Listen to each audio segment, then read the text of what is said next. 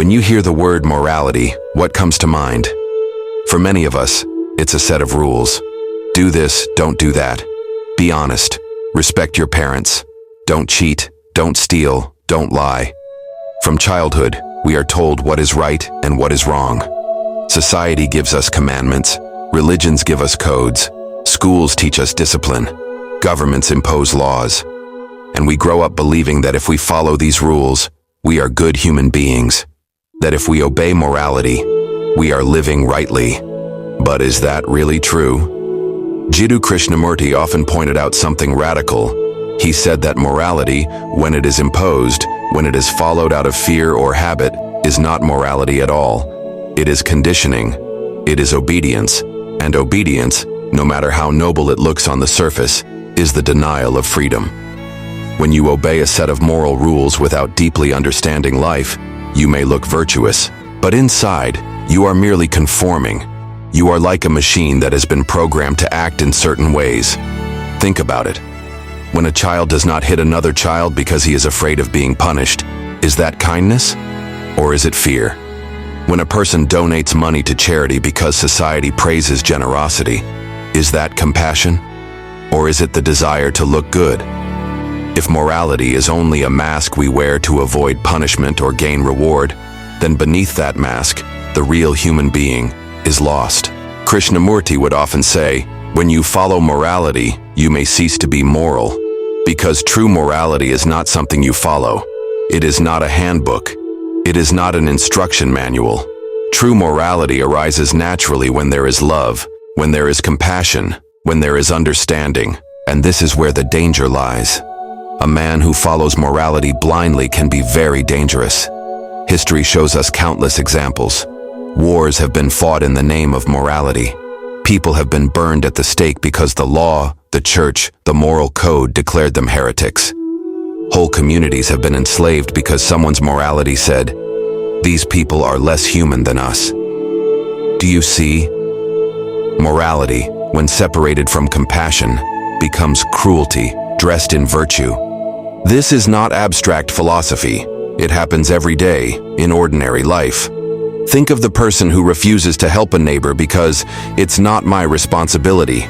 Think of the worker who watches injustice in his company but stays silent because rules are rules. Think of the student who bullies another, justifying it by saying he deserved it. All of these actions can be justified under some code of morality, yet they are empty of humanity. So, what happens when we live only by morality? We become rigid. We live in fear of breaking the rules. We judge others constantly, measuring them against some standard. We suppress our natural feelings because they might conflict with the code. Slowly, we lose touch with our own humanity. We become followers of a system, not living beings. Krishnamurti would ask, can you live without a pattern? Can you live without being told what is right and wrong? At first, this sounds terrifying. If there are no rules, won't people just do whatever they want? Won't society collapse? But that fear comes from misunderstanding. To live without a pattern does not mean to live in chaos. It means to live with awareness, to live with a heart that is awake. When you are fully awake, fully attentive, you don't need morality to tell you not to hurt someone. You don't need a law to tell you that lying destroys trust. You don't need commandments to tell you that love is sacred. When you see clearly, when you are sensitive to life, the right action flows naturally. Imagine standing at the edge of a cliff. You don't need a rule that says, do not jump. You see the danger, and your intelligence keeps you safe.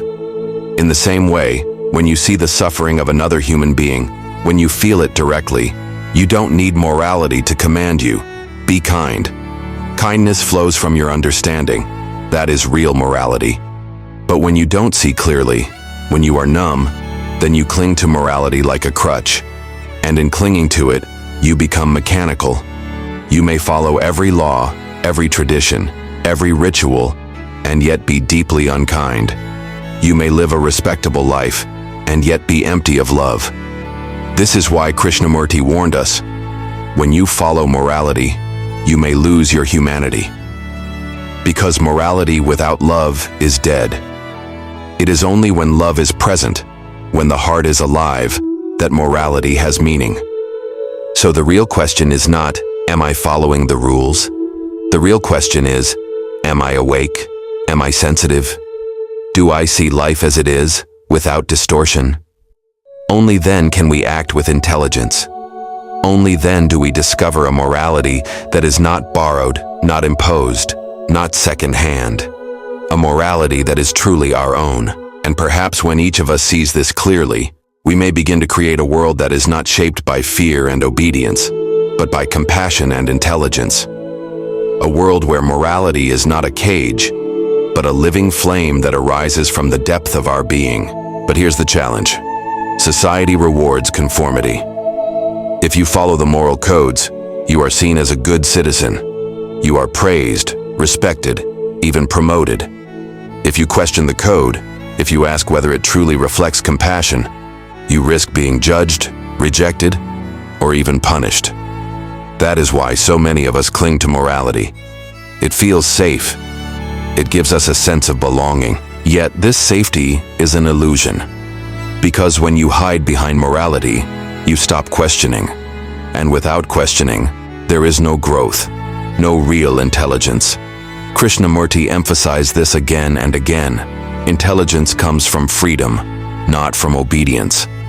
The moment you obey blindly, your mind stops inquiring. It stops being alive. Take an example. Imagine a society where the moral code says, respect your elders at all costs. On the surface, that sounds beautiful. But what if an elder is unjust? What if a leader is corrupt? If you follow morality without question, you obey even the corrupt leader. You suppress your conscience because the rule says, respect. In that obedience, you betray truth. Now imagine another situation. A rule says, always tell the truth. But your friend is hiding from someone who wants to harm him. If you follow the rule blindly, you reveal his location, and he suffers. You have obeyed morality, but you have betrayed love. Which is more important, truth as a rule or truth as compassion? This is the subtle trap. Morality gives us simple answers, but life is not simple. Life is vast, complex, ever-changing. A living mind must respond freshly, directly, to each moment. But a moral code cannot do that. A code is fixed. Life is fluid. When we cling to codes, we stop seeing, we stop feeling. So what is the alternative? Krishnamurti would say, the alternative is awareness. To live with a heart that is awake to every moment. To observe yourself, your thoughts, your emotions without judgment. To watch the world, not through the filter of tradition or morality, but directly, as it is. And in that direct observation, a different kind of action arises. An action that is not based on rules, but on understanding. When you truly understand the pain of another, you don't need a rule that says, be kind. Kindness flows naturally. When you see how greed destroys relationships, you don't need morality to tell you, don't be greedy. You act intelligently, without effort. This intelligence is not borrowed. It is not taught in schools. It cannot be given by religion or law. It comes only when the mind is free, when the heart is alive. That freedom is dangerous to society, because society depends on control. But it is the only freedom in which humanity can truly blossom. So perhaps the real challenge is not how to be moral, but how to be human. To rediscover sensitivity, compassion, awareness. To live with a mind that is not chained to the past, not trapped in rules, but awake to the living reality of now. And if you and I begin to live that way, even in small ways, something extraordinary may happen. We may discover that true morality is not imposed from outside, but blooms naturally from within. It is not obedience, but love. It is not a cage, but a fragrance that spreads wherever humanity is alive. So I leave you with this question. Are you living by morality, or are you living by humanity? Because the answer to that question shapes not only your life, but the future of our world. In the end, the question is not whether morality is good or bad. The question is whether we are truly alive to life or merely following rules. Rules can guide, but they cannot awaken love. They can restrain, but they cannot create compassion. And without love, without compassion, morality becomes an empty shell. Krishnamurti reminded us that real morality is not a system to be followed, but a living flame that rises naturally when the heart is awake. To live that way requires courage. Courage to question, courage to see, courage to step beyond the safety of tradition. It means being responsible, not to a code, not to a book, not to a government or religion, but to life itself. And maybe that is the deepest responsibility we have: to remain human, to feel, to care, to act with intelligence and love in each moment. Because when humanity is alive, morality takes care of itself.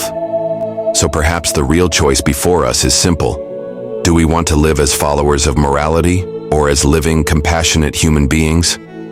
The answer is not in words, not in rules, but in how we live, right now, in this very moment.